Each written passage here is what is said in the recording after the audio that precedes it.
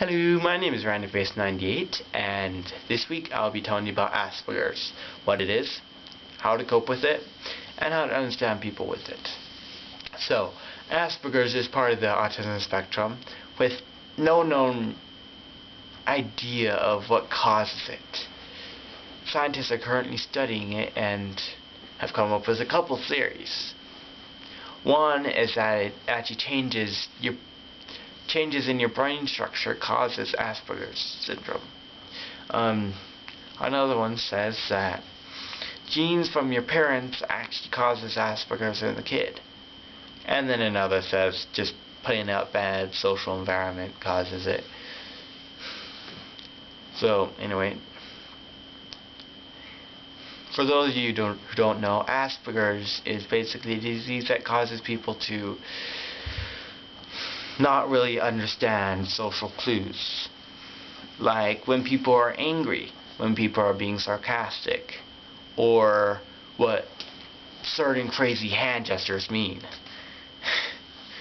So if it's not really simple like hi, if it's like the old 1-2 on football or something like that, we're not gonna understand. I don't even understand what the old 1-2 means. Yeah. So anyway, that's basically what Asperger's is. So if you have Asperger's, there are 100 ways to cope with it, which I'm gonna include like a survival guide in the description done by another guy I found when I was searching up how to cope with Asperger's on the internet. But really, I'm going to tell you 3 certain ways. One is that you can try to understand the other people and try to get them to understand you. If they tell you a sentence that doesn't make sense, use synonyms, reform the sentence, try to make it as small as possible, simplify it so that you can understand it. Same with your sentences, try to simplify and use synonyms that you think they'll understand to tell them, because they're not always going to understand the long complicated sentence you have in mind. Anyway, another way to cope with it is to use one obsessive thing to expand, because most people with Asperger's usually focus on 1 or 2 things that they really like and they become really knowledgeable about it. Use that thing. Make sure that it's big, make sure that you can expand, make sure you can research it, study it, be really knowledgeable about it, so that people will see you as smart or as friendly. Right?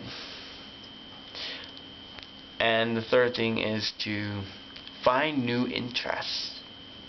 Right? Use that one thing that you really like to jump to another thing that you might really like.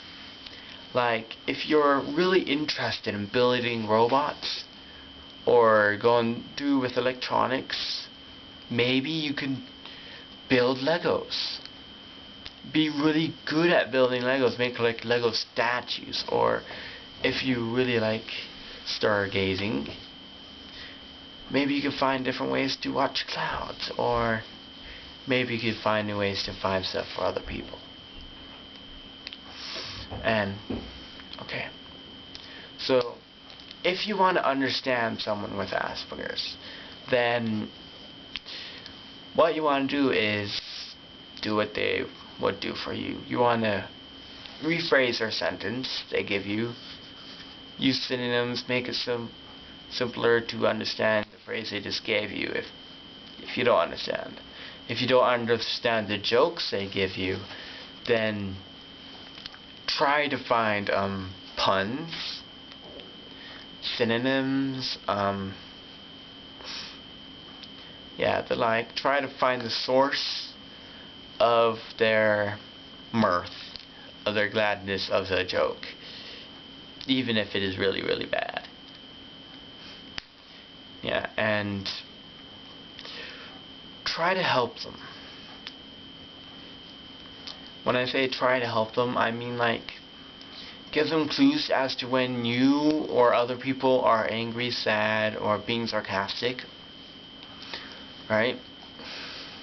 Maybe just whisper it in the air, or give them a signal like a pat on the shoulder, but make sure you decide beforehand if it's going to be a signal.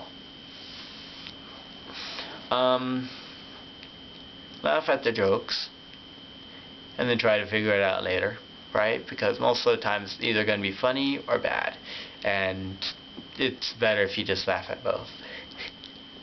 Yeah. Anyway, that was my weekly mental health disorder video. If you enjoyed this video or found it very informational, please like it. If you want to see more, please subscribe.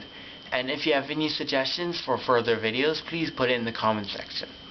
See ya!